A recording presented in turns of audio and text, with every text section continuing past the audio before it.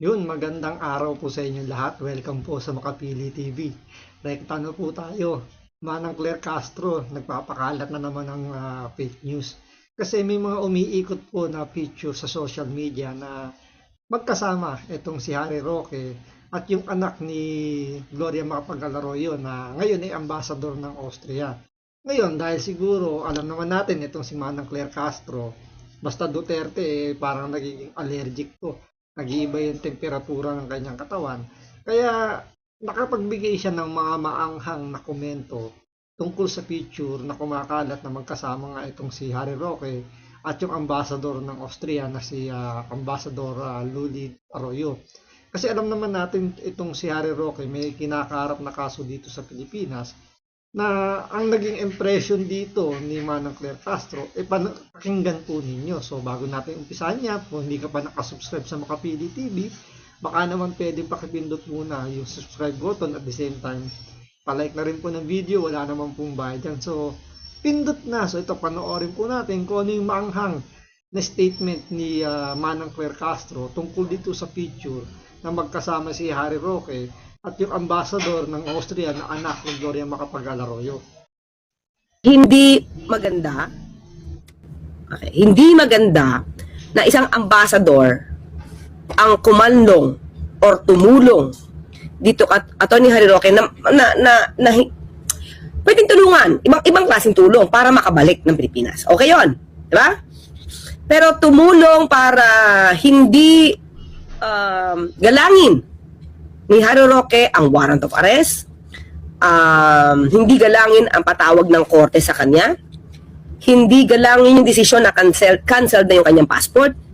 Hindi maganda sa isang ambassador na ang nire-represent ay Pilipinas at kumakatawan sa Pilipinas, parte ng gobyerno ng Pilipinas na siyang kakanlong sa isang fugitive.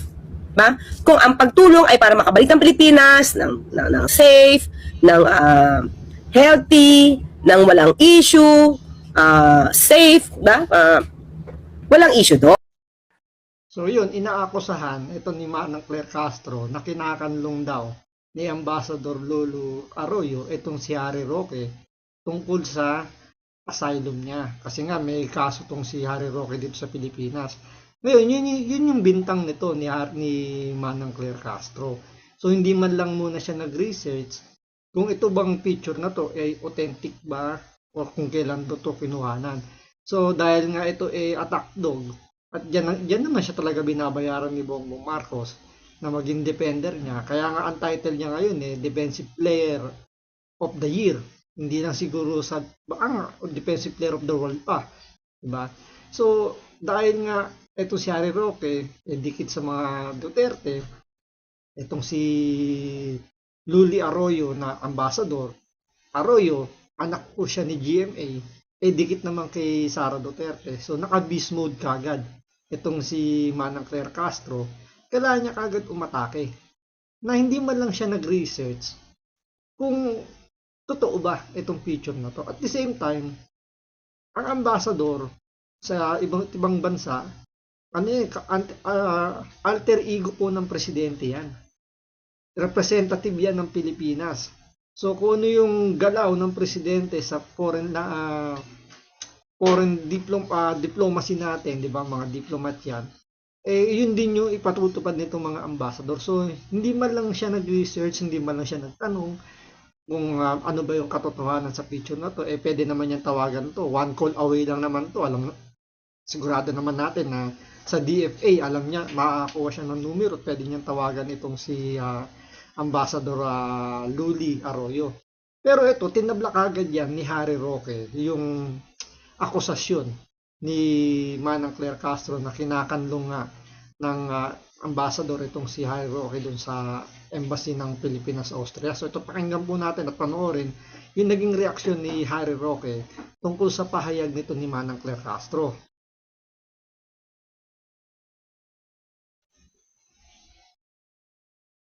Alam niyo po, hindi ko alam kung ako yung magkukomento pa dito kay Auntie Claire. Kasi alam mo naman si Auntie Claire, yan ang number one source ng fake news. Uy, So fake news talagang ang daw. aking unang desisyon ignore kung anong sasabihin ng Auntie Claire. Kasi ba't mo naman papatulan ang talagang tagakalat lang ng fake news.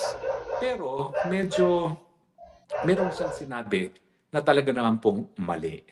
Abay, yung fake news sa sinabi niya, abay, binalaan niya yung isang ambasador. Ha? Mantakin nyo, isang USEC, babalaan ng isang ambasador. Eh, ambasador, yan ang personal na representante ng presidente doon sa kanyang lugar kung saan siya naka-assign. Yan ay presidente mismo. Yan ang nagre-representante sa ating presidente. Kaya nga, kahit saan sila pumunta, meron silang diplomatic immunity, hindi po pwedeng dumanda. Pumatay man sila, hindi sila madidemanda kasi nga, they are, kumbaga, representing the sovereign head of state. Pero, ang kapal nitong si Ante Claire, binalaan. Ang kapal mo raw, Manang Claire Castro, na balaan yung ambassador ng Pilipinas doon sa Austria. So, kumbaga kung ano man yung immunity meron ng presidente pag pumupunta sa ibang bansa, same din pala ng immunity meron itong mga ambassador. So, ang kapal mo nga talaga, Manang Claire, na balaan. Undersecretary ka lang, babalaan mo yung alter ego ng presidente doon sa ibang bansa. Binalaan. Huwag daw niyang tuturungan si Harry Roque na isang pugante. Well, unang-una, fake news. Kasi yung larawan na kinokomentuhan niya ay 3 taon na. At sabi ko nga, 15 kilos ago. Alam niyo, sa totoo lang po, yung 2023, makatapos ng eleksyon, yun yung pinakamataba ako. Umabot po ako noon, hindi lang 15 kilos ago yan. That's actually more of 20 kilos. Kasi para mga 100 Fake news nga. 2023 pa pala yung picture na yun. Anong date na ba ngayon? Manang Claire Castro. 2026 na po. So, hindi ka man lang nag-research bago mo ibinuka yung bunganga mo. Siguro dahil baka sabay sila nag-almusal ni Bongbong Marcos, medyo lutang pa yung pag-iisip. Kaya nung nakita siguro yung picture na magkasama itong si Harry Roque at anak ni Gloria Macapagal Arroyo, nagpantig kagad yung tenga.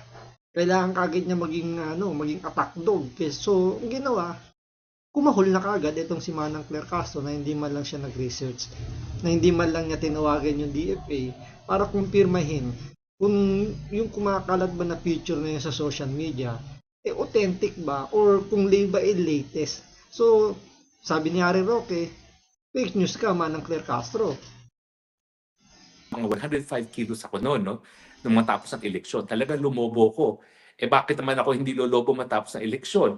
Kapag kami umiikot at maghahanda yung local host, yung Bongbong Marcos siguro dahil sumisingot, hindi kumakain, nawawala.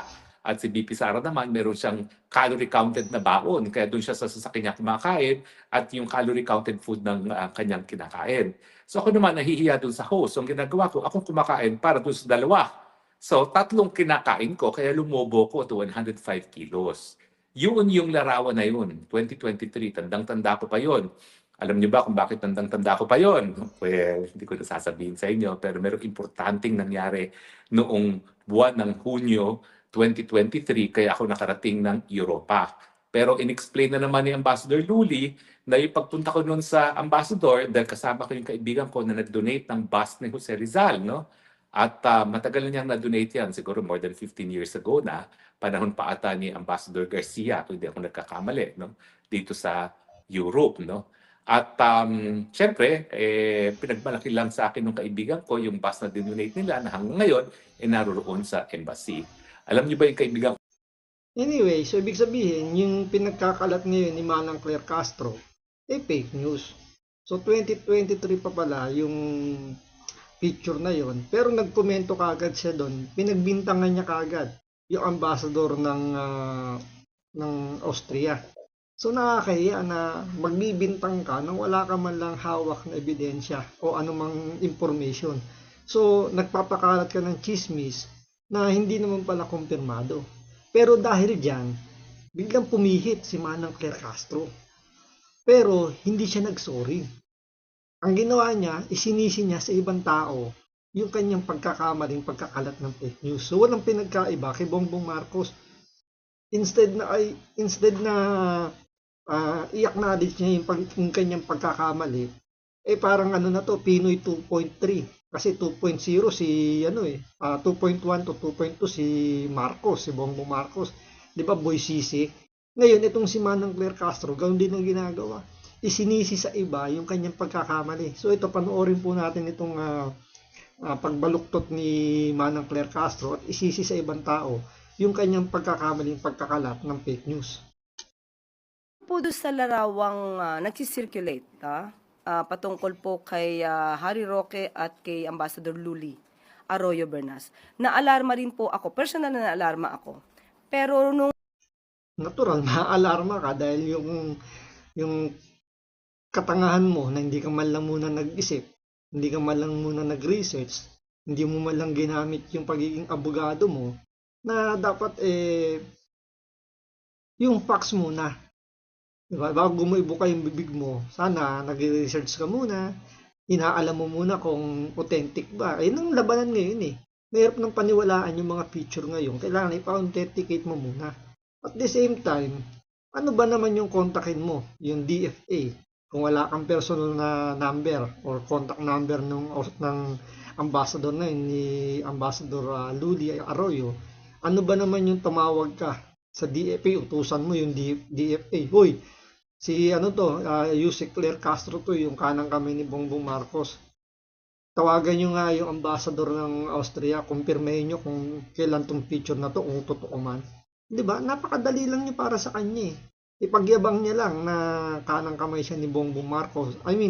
Ipagyabang niya lang na attack dog siya ni Bongbong Marcos. For sure naman ibibigay sa kanya yung contact info ni Ambassador Luli Arroyo. Kaso, dahil nga sablay yung kanyang pagpapakalat ng fake news, kahit siya mismo, aminado na nabahala siya sa katangahan niya. Kaya ito, binabawi niya ngayon yung kanyang naging statement. At the same time, magtuturo siya kung sino may kasalanan kasi siya wala siyang kasalanan doon sa kumakalat na picture. Pero ang pagkakamali niya kasi yung pagbibigay niya ng statement na tinutulungan o kinakanlungan ni Ambassador Luli Arroyo itong si Harry Roque. Kaya dito ang gagawin niya, maninisi siya ng ibang tao para hindi siya yung maiturong kumbaga yung pagkakamali niya, ituturo niya sa ibang tao. Pero nung nakita ko po yung larawan, mukhang hindi naman po siya yung kasalukuyang Harry Roque na magre-reflect doon sa picture. Doon po ay medyo malusog pa po siya at maayos pa po ang kanyang hairdo. So, Tapos magjo-joke ng corny para kunyari hindi siya affected. Pero wala man lang tumawa or alam niyo 'di ba, wala man lang napangiting mga media. May kausap siya ng mga media. Pero yung mga media ni wala man lang umisi. Kasi alam ng mga media nandiyan na yung katangahan nito ni Manang Claire Castro sumabog sa mukha niya. So sumabog sa panga ni Bongbong Marcos. Kaya ang gagawin niya rito, hintayin nyo, isisisi niya sa ibang tao yung kanyang pagkakamali. So, nung tinanong po natin, lumalabas na ito yung 2023. At tinanong po mismo natin si Secretary Tess Lazaro kung anong katotohanan. O diba? Pwede ka naman pala magtanong bago mo ibuka yung bunganga mo. Ang problema, hindi ka pa nagtatanong, ibinuka mo na kagad yung bunganga mo, nagbigay ka kagad ng reaksyon na hindi mo malang kinukonfirm muna yung picture. Kaya ang tawag nga sa iyo ngayon dito, attack dog at fake news peddler. Di ba nakakahiya yun sa isang undersecretary ng PCO? Ano pa naman, di ba? Presidential Communication Office. So dapat nandun ka sa communication, dapat maganda yung flow ng communication. Kumbaga, walang hindrance na, kumbaga, kailangan lahat kumpirmado. Pero dito, hindi mo ginamit yung communication office mo para i-confirm man lang kung ano yung katotohanan doon sa likod ng picture. Yung ginawa mo kagad dahil nga mga Duterte supporter yung nakakabit dyan dahil si Arroyo, si GMA, tsaka si Harry Roque, may common na denominator dahil nga DDS supporter yan. Naka-attack mode kagad din si Manang Claire Castro. Kaya ngayon, gagawin niya, isinisisi na sa ibang tao yung kanyang pagkakamali. Anong katotohanan dito? Dahil nga mukhang nababahiran ng pagbibintang kay Ambassador Luli Arroyo Bernas. Sino ba nagbintang? Di ba ikaw yung nagbintang? Hindi naman ibang tao nagbintang eh. Ikaw ang nagbintang nun eh. Ikaw ang nagbigay ng ng impression na kinakanlong ni ni Ambassador Luli Arroyo, itong si Harry Roque. Tapos ngayon, ang datingan dito, pinagtatanggol niya ngayon si Luli Arroyo na sa bintang na kinakanlong daw ni Harry Roque. I mean ni Ambassador. Bernas na dapat ay hindi kung wala naman talaga nagaganap. Ayon po mismo kay Secretary Tess Lazaro, ay yung larawan na po yun ay 2023 and since then, hindi na daw po naman nakadalaw ang si Harry Roque sa nasabing lugar at sa nasabing opisyal. So, Kaya next time, Manang Claire Castro, gamitin mo yung pagiging abogado mo. Iba, pinupuna, minamaliit yung pagiging abogado mo. Kasi nga, hindi ka gumagamit ng research. Libre lang naman ng Google. Pwede kang gumamit ng ChatGPT. Pwede ka magtanong. Pwede mong gamitin yung opisina mo, yung pwesto mo. Ipagtanong mo man lang, mag-research ka bago mo ibuka yung bunganga mo. Imbis na kasi makatulong yung ginagawa mo sa trust rating, approval rating ni Bongbong Marcos, ikaw pa yung nagiging dahilan kung bakit lumalaga pa yung rating ni Bongbong Marcos. So, hindi maganda yan, Manang Claire Castro. So, hanggang dito lang po muna. Maraming salamat po sa panonood. Ingat po kayo lagi. God bless.